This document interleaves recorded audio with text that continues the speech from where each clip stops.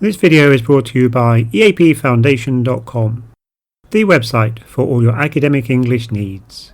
Reporting verbs, also called referring verbs, are used to report what someone has said or written. They're common in everyday English where they're used for reported speech.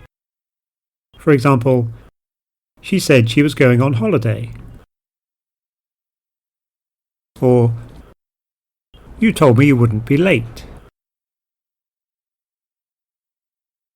Or, you promised you'd love me forever.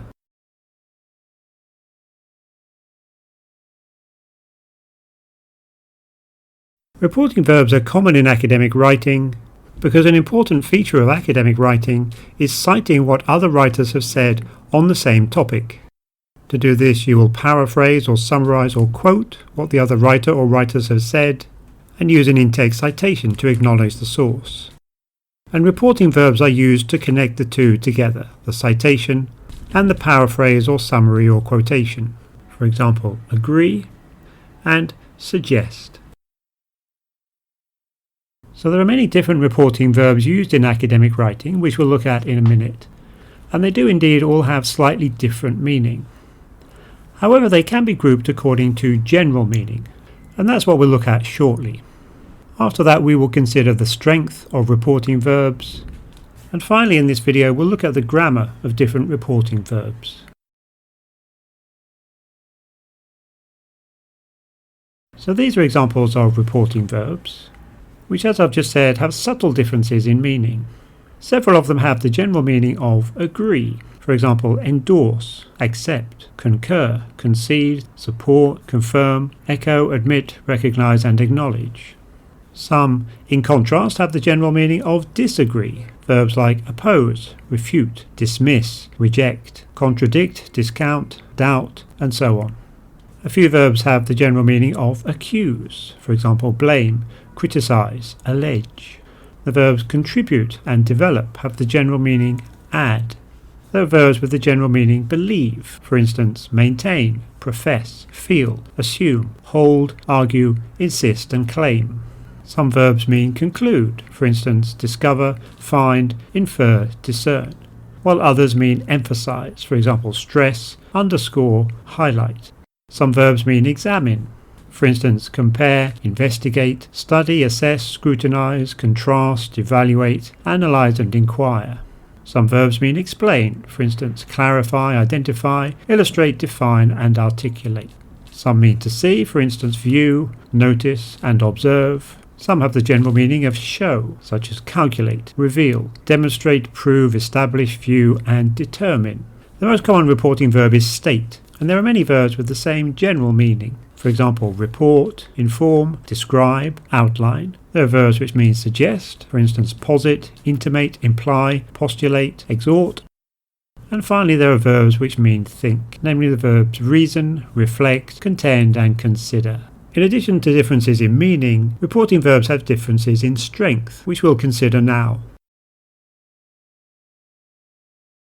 So here are three example sentences, which present the same information but with different reporting verbs. Smith, 2020, assumes that reporting verbs have different strengths. Smith, 2020, feels that reporting verbs have different strengths. And Smith, 2020, insists that reporting verbs have different strengths. So all of these verbs have the same general meaning, which is believe. However, the verb assume is quite weak in meaning, because if you assume something, often it's not based on facts or evidence. The verb feel is rather neutral. It's neither weak nor strong. The verb insist, on the other hand, is a very strong reporting verb. If you insist on something, then you firmly believe that it's true. In terms of the information in this sentence, the verb insist is probably the best one. This is something I've presented as a fact. So all reporting verbs can be categorized in this way, as weak, neutral or strong, with weak reporting verbs used when the original writer is unsure of their ideas, or where the ideas lack evidence or support. While strong reporting verbs are used when the writer is more sure of their ideas, or presents much stronger and convincing evidence. While neutral reporting verbs are mainly used to describe. So weak reporting verbs are verbs such as develop, admit, concede, assume, question, query, inquire, speculate, suppose, suspect, and many more. Neutral reporting verbs include echo, accept, acknowledge, confirm, recognize, subscribe to, feel, hold, profess, discover, and many, many more. While strong reporting verbs include accuse, allege, blame, criticize, contribute, endorse, support, agree, concur, argue, and many more. Reporting verbs are used in different ways, so the next thing we should look at is the grammar of reporting verbs.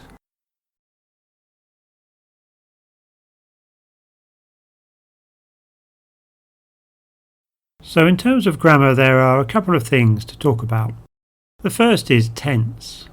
Reporting verbs can be used in either the present or the past tense. Present tense tends to be more common as it makes the information being cited seem more current or more relevant.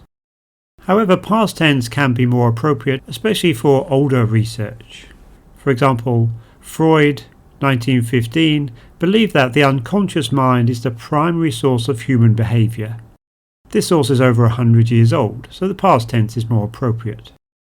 Or Piaget, 1953, described 3 kinds of intellectual structures. Again, this information is rather old. In contrast, Dweck, 2008, suggests that parents and teachers can use growth mindset to encourage children.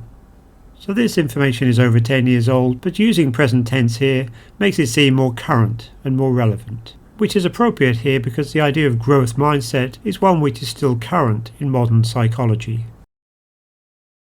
The other thing to mention here is how the verbs are used. So many of these verbs are followed by a that clause. For example, Smith, 2020, insists that reporting verbs have different strengths. However, many of the verbs have different usage, so you need to be careful.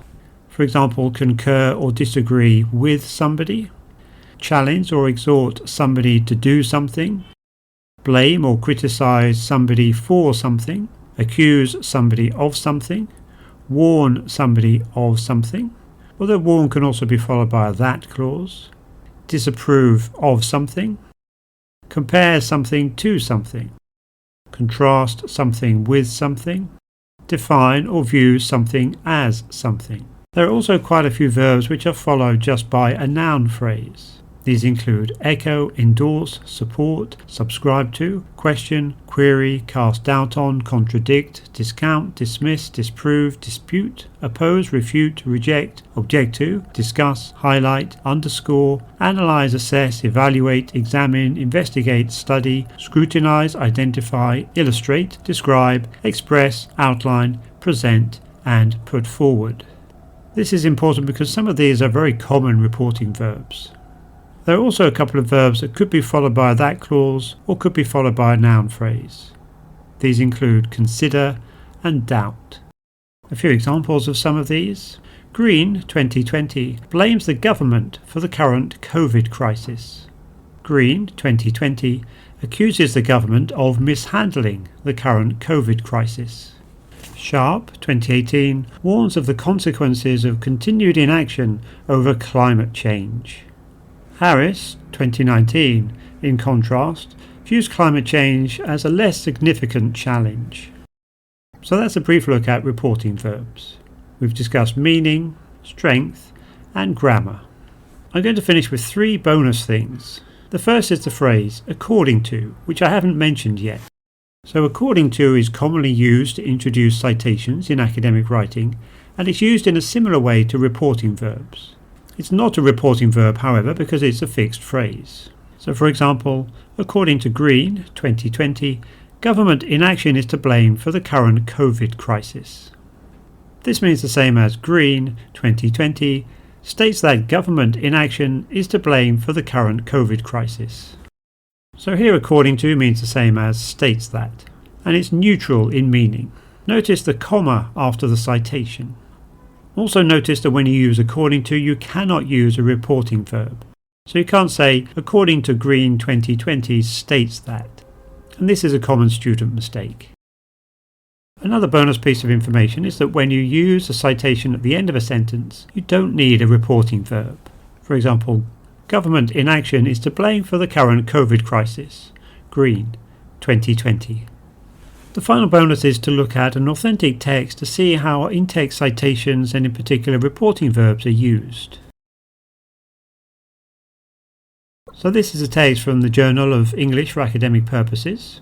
It's available from this URL here. It's an open source text. So this is the introduction. You can see the first citation here doesn't use a reporting verb. It's contained in brackets, parentheses, in the middle of the sentence. And so is this one. And so is this one. Notice the semicolon separating these in-text citations.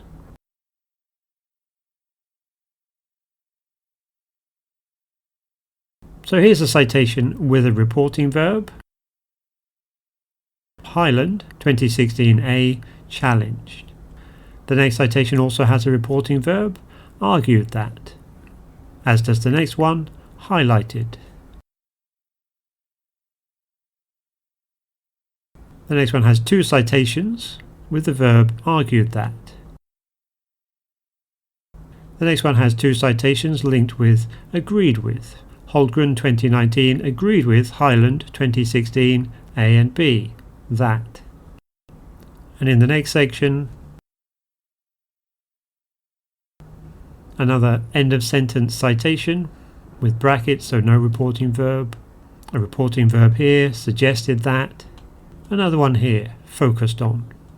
And that's interesting because focus wasn't in the list I provided earlier, because there are many reporting verbs, and I've just given some of the main ones. So that's reporting verbs. Please visit the website for more information. There's also a worksheet available for this video, which you can access from the website.